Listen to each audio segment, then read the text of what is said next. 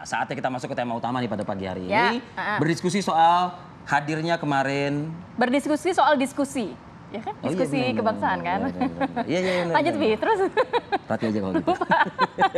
Berdiskusi soal kemarin Ganjar Pranowo mengisi kuliah kebangsaan. Ya, yang menjadi poin-poinnya apa sih yang akhirnya jadi viral di media sosial, Vi? Soal adanya penggusuran, soal petugas partai atau petugas rakyat, dan beberapa hal lainnya ya. Kita simak informasi berikut ini.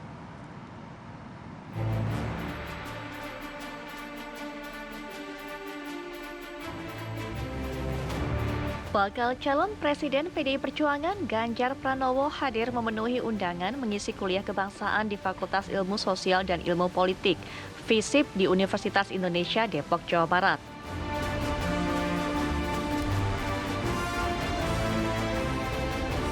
Acara yang dihadiri dosen dan mahasiswa ini bertajuk Hendak Kemana Indonesia Kita. Selain berkesempatan menerangkan berbagai pencapaian dan gagasan, Ganjar juga menjawab sejumlah pertanyaan yang dilontarkan dosen hingga mahasiswa. Salah satu pertanyaan yang menjadi perhatian adalah saat Ganjar ditanya statusnya sebagai kader partai. Saya novel dari Ilmu Politik.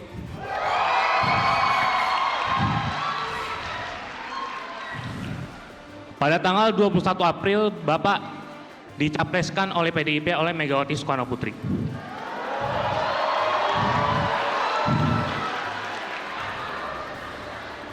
Saya menggarisbawahi kata-kata Bu Megawati yang menyatakan bahwa sebagai kader dan petugas partai.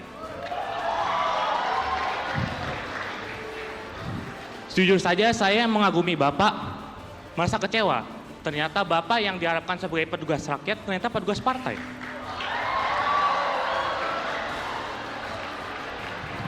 Pertanyaan saya, jika Bapak terpilih sebagai Presiden ke-8, apakah Bapak tetap dengan prinsip tuanku ya rakyat, gubernur hanya mandat, dan tidak menjadi boneka Megawati? Saya ingin Pak Ganjar menjawab hari ini di Balairung yang terhormat ini, supaya jelas pertanyaannya, jawabannya, apakah Bapak petugas rakyat atau petugas partai? Terima kasih. Novel, kamu mengikuti saya selama 10 tahun jadi gubernur? Mengikuti. Oke, saya petugas siapa?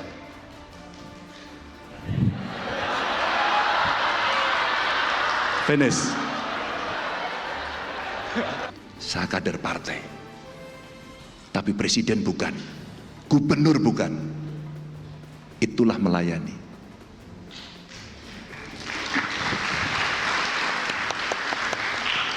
Oke ya.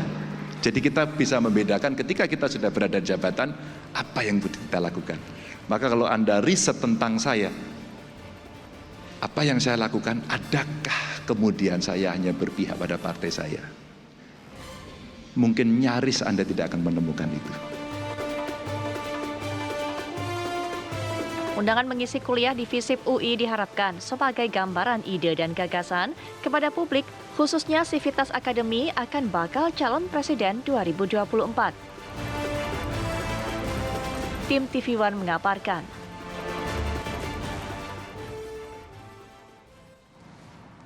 Langsung saja kita ajak berdiskusi pada pagi hari ini, sudah lengkap nih narasumber kita. Ada Melki, Ketua BEM UI. Selamat pagi Melki, apa kabar? Selamat pagi Mas. Terima kasih sudah hadir di sini di studio kami. Dan juga melalui sambungan Zoom, ada Prof. Karim Suryadi, Guru Besar Komunikasi Universitas Pendidikan Indonesia.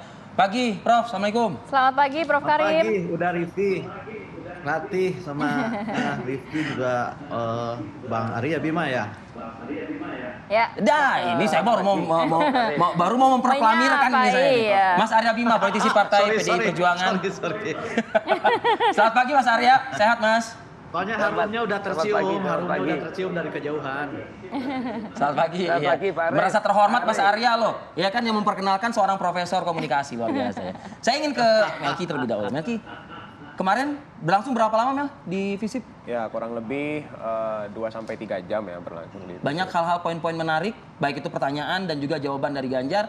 Poin yang Anda atau teman-teman BEM keluarkan, highlight di bagian mana? Oke, jadi mungkin ini biar jadi clear juga Mas ke media gitu, bahwa memang di akhir Agustus kalau ada pemberitaan bahwa teman-teman BEM SUI mengundang ketiga bakal calon presiden, Pak Ganjar, Pak Anies, Pak Prabowo, itu benar gitu. Jadi rencana awal kita mengundangnya di 14 September kemarin.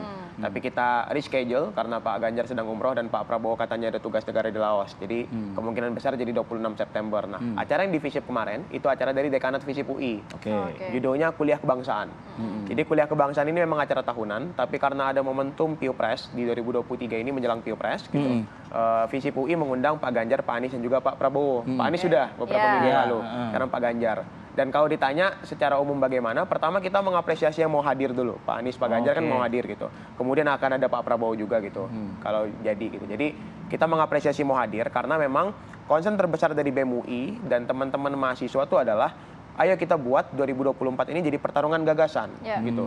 Kita buang jauh-jauh yang namanya politik sekedar pencitraan ataupun sekedar politik identitas dan lain sebagainya. Kita taruh gagasan. Punya mimpi, wawasan dan argumentasi apa buat Indonesia ke depan gitu. Jadi yang penting itu tidak sekedar mencari pemimpin baru, tapi wawasan apa, gagasan apa yang baru yang bisa dibawa oleh pemimpin baru. Terjawab atau didapati nggak oleh teman-teman BEM dari jawaban Pak Ganjar kemarin gitu? Sebenarnya kalau ditanya kita dapatkan apa tidak, jelas ada pro dan kontra. Yang namanya gagasan, yang namanya Pak Ganjar mempresentasikan full gagasan-gagasan beliau soal ekonomi, soal ketenaga kerjaan, soal energi juga yang saya lihat, saya highlight gitu. Dan ketika di pertanyaan pun banyak sekali pertanyaan-pertanyaan dalam tanda kutip pertanyaan-pertanyaan yang mungkin tidak tidak diekspektasikan oleh banyak orang gitu misalnya dipertanyakan. Tapi itu ciri khas mahasiswa gitu. Jadi mahasiswa yang kritis, mahasiswa yang kemudian mau menanyakan apapun itu ciri khas mahasiswa. Dan menurut kami Mas Ganjar kemarin memang menjawab, tapi mungkin bisa jauh lebih baik lagi gitu. Itu teman bisa jauh lebih baik lagi maksudnya gimana? Bisa jauh lebih baik lagi, mungkin kan ntar bakal ada acara di UGM atau kami juga akan mengundang. Jadi terima kasih Mas Ganjar kemarin sudah menyampaikan pemaparan dan juga menjawab. Berarti Anda nggak cukup puas dong dengan jawaban kemarin? Karena kita yakin Mas Ganjar masih punya banyak hal baik lainnya untuk disampaikan pada kita gitu.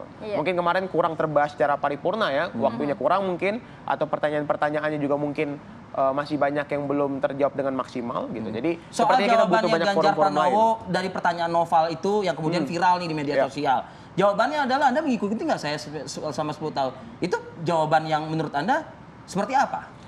Kalau kita lihat sebenarnya Pak Ganjar berupaya untuk menjawab dengan analogi gitu. Tapi menjawab dengan karya mungkin menjawab juga. dengan karya mungkin. Tapi yang kita highlight adalah tidak ada bukan dibilang ketegasan, tapi tidak ada kepastian gitu. Jadi yang disampaikan hanyalah negara itu organisasi jabatan. Itu kan konteks hukum administrasi negara sebenarnya. Negara itu organisasi jabatan. Ketika menjadi presiden, menjadi gubernur, artinya dia administratif. Tapi dirinya pribadi adalah petugas partai. Jadi sepertinya butuh penjelasan yang komprehensif. Maunya petugas partai atau bukan? Ya atau tidak gitu ya? Ya atau tidak, dan diberikan penjelasan kapan dia harus bertindak sebagai petugas partai, kapan dia harus bertindak sebagai administratif kepala negara, kepala pemerintahan. Itu yang harus dijawab dengan clear. Bukan sekedar saya sudah menjadi gubernur dan sebagainya gitu. Mas saya ke Mas Arya Bima gitu. Kita ke Mas Arya Bima. Mas Arya, kalau dari mahasiswa kemarin sebenarnya kayaknya Pak Ganjar bisa menjawab yang lebih dalam tanda kutip memuaskan dari pertanyaan-pertanyaan mahasiswa yang kemarin dilontarkan. Ini tanggapan dari Mas Arya seperti apa, Mas?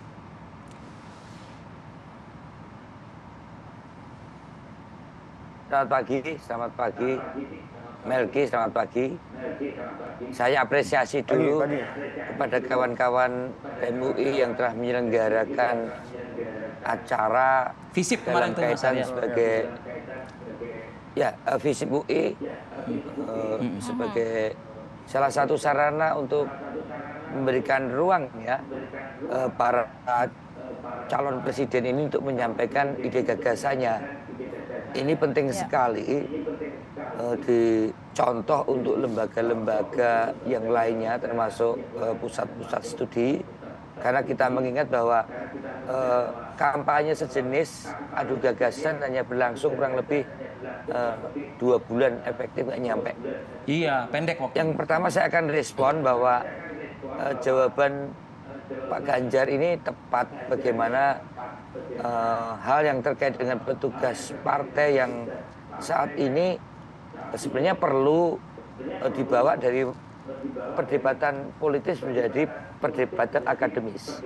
Nah, perdebatan akademis ini kalangan cendekiawan kampus akan lebih adil dan netral, karena sebenarnya istilah petugas partai adalah merupakan akibat dari, kalau kita lihat konstitusi kita, bahwa untuk pileg itu pesertanya partai politik, untuk pemilihan DPD pesertanya perorangan, dan kemudian untuk pilpres adalah perorangan yang diusung partai politik. Dari terjemahan tersebut, maka komunikasi politik di dalam partai harus masuk di dalam koridor konstitusi partai. Turunan dari perorangan yang diusung partai politik kan bukan mengusung manusia, memindahkan misalnya dari rumah saya Kalibata ke UI, tapi kan mengusung ide gagasan. Dari ideologi, kemudian konstitusi, turun ke visi, ke misi, ke program kebijakan. Hari ini dari Komisi 1 sampai Komisi 11, seluruh anggota PDI Perjuangan harus ditanyai apa yang sudah dilaksanakan oleh Jokowi, apa yang baru dilaksanakan saat ini, apa yang belum, apa dampaknya, apa eksesnya, dan kemudian ke depan presiden yang harus sustain dan lebih maju, apa masukan-masukan dari sekian 10 tahun ini yang ada. Karena kita akan memberikan ini kepada presiden berikutnya yang diusung oleh PDI Perjuangan. Nah, inilah kemudian ada tugas yang substansial, yaitu menjalankan berbagai hal dengan visi misi itu. Bahwa visi misi ini kemudian nanti ditransformasi ke KPU adalah gagasan visi misi presiden, tapi karena partai politik ini diusung, presiden ini diusung oleh partai politik sesuai dengan konstitusi, maka kemudian endorsement partai politik kepada seseorang itulah kemudian nama di internal bahasa partai kami adalah petugas partai. Itu bisa kader partai, itu bisa apapun. Tapi sekali lagi, setelah ada rekomendasi partai, hal yang menarik adalah bagaimana irisan atau perubahan dari endorsement partai, endosinya adalah seseorang, ya, yaitu Pak Jokowi waktu periode 2014-2009, kemudian ikut ostentasi yang kemudian rakyat memberikan mandat. Inilah kemudian terjadi satu perdebatan. Tapi percayalah bahwa tadi katakan Pak Ganjar Pranowo, Ibu Megawati, Aryo Bimo, Jokowi adalah petugas partai. Tetapi sebagai pejabat publik itu adalah presiden, ada aturan konstitusinya. Kemudian juga tapi bahwa kalau hal-hal yang terkait dengan kepala negara, kepala daerah misalnya, kebijakan publik, administrasi kependudukan, kesehatan, pendidikan, kemudian penghijauan. Ini maksud saya bahwa saya akan menegaskan bahwa sebagai endosi ini perlu dibawa ke berbagai perdebatan di kancah akademis. Jadi mahasiswa harus menyeret ini ke perdebatan akademis, bukan mengikuti perdebatan politis yang itu tentu sangat tendensius. Pertanyaan Noval kemarin ya, Mas. Misalnya di dalam spanduk ada kami bukan petugas partai tapi petugas rakyat. Dalam dimensi, dimensi itu adalah hal-hal yang dibawa oleh para politisi untuk memang mendegradasi PDI Perjuangan ya. Tapi saya percaya bahwa kawan-kawan akademis seperti intelektual Muhammad di kampus akan memperdebatkan ini dari pandangan-pandangan yang lebih akademis dan itu akan lebih jernih dari berbagai tendensi-tendensi pendapat maupun argumentasi. Baik Mas Arya. Coba kita dengarkan pandangan dari Prof. Karim. Kalau melihat kan tadi Mas Melki, kemudian juga Mas Arya Bima sudah menyatakan. Tapi kalau kita mendengarkan pernyataan kemarin dari Pak Ganjar, memang jawabannya tidak mengingkari juga mengenai petugas partai. Justru rasanya dibalikan lagi kepada mahasiswa. Kalau dari Prof. Karim menilainya seperti apa, Prof? Menurut saya jawaban Mas Arya Bima itu lebih tegas, lebih clear, lebih bening dan lebih mengena ya dibanding yang kemarin. Maaf Mas Arya ya, harus saya katakan seperti itu. Pertanyaan sederhana, petugas partai atau bukan? Dan kalau saya baca misalnya sejarah partai, istilah petugas partai itu istilah yang dikategorikan sebagai esoterik dalam dunia akademik. Esoterik itu artinya sebuah istilah yang hanya bisa dipahami oleh mereka yang mengalaminya. Itu ada istilah seperti itu. Jadi karena itu maka pendekatan untuk memahaminya harus menggunakan pendekatan emik, bukan pendekatan etik. Pendekatan emik itu adalah pendekatan yang menggali makna dari apa yang diberikan oleh penggunanya dan apa artinya menurut mereka. Artinya menurut mereka yang membuat, yang menggunakan, yang memakainya. Bukan pendekatan etik, pendekatan yang dipakai dari luar. Jadi saya tidak menggunakan kacamata saya untuk memahami petugas partai, tapi saya harus menyelam ke dalam sejarah, ke dalam tradisi, ke dalam alam pemikiran yang menggunakannya. Itu dari sisi metodologi. Kalau kita taat asas pada pendekatan akademis terhadap sebuah fenomena yang bersifat esoterik ya, dan pendekatannya emik. Dan kalau kita lihat sejarah, ini kan ada kaitannya dengan sejarah Partai Nasional Indonesia yang menyatakan bahwa partai itu bertugas mendidik, menyadarkan, dan memimpin massa rakyat. Nah, mereka yang berhasil mengorganisir rakyat ditugaskan partai untuk terjun ke masyarakat. Nah, dalam konteks ini, ketika dia misalnya partai menilai seseorang berhasil mengorganisir massa rakyat, atau dengan kata lain seseorang berhasil mendapatkan kepercayaan partai untuk memimpin, menyadarkan, dan memimpin, mendidik rakyat, maka diberikan penugasan. Penugasan untuk terjun ke masyarakat itu kan luas. Bisa presiden, bisa DPR, bisa DPRD. Jadi saya melihatnya seperti itu. Hanya sayangnya, jangankan masyarakat umum, Mas Arya Bima. Kadang beberapa kader partai pun seperti seperti ngilu lidahnya untuk mengakui bahwa kader PDIP adalah petugas partai. Sebab kalaupun dibantah terang benderang apa yang dikatakan oleh Ibu Mega itu, bahwa Pak Ganjar sebagai kader dan petugas partai ditingkatkan penugasannya sebagai calon presiden. Itu terang benderang dan disaksikan oleh masyarakat ketika di bab tertulis diumumkan. Jadi menurut saya, dalam pemahaman saya bisa memahami itu dan tidak bisa dipahami sebagai seseorang yang bertugas melayani partai.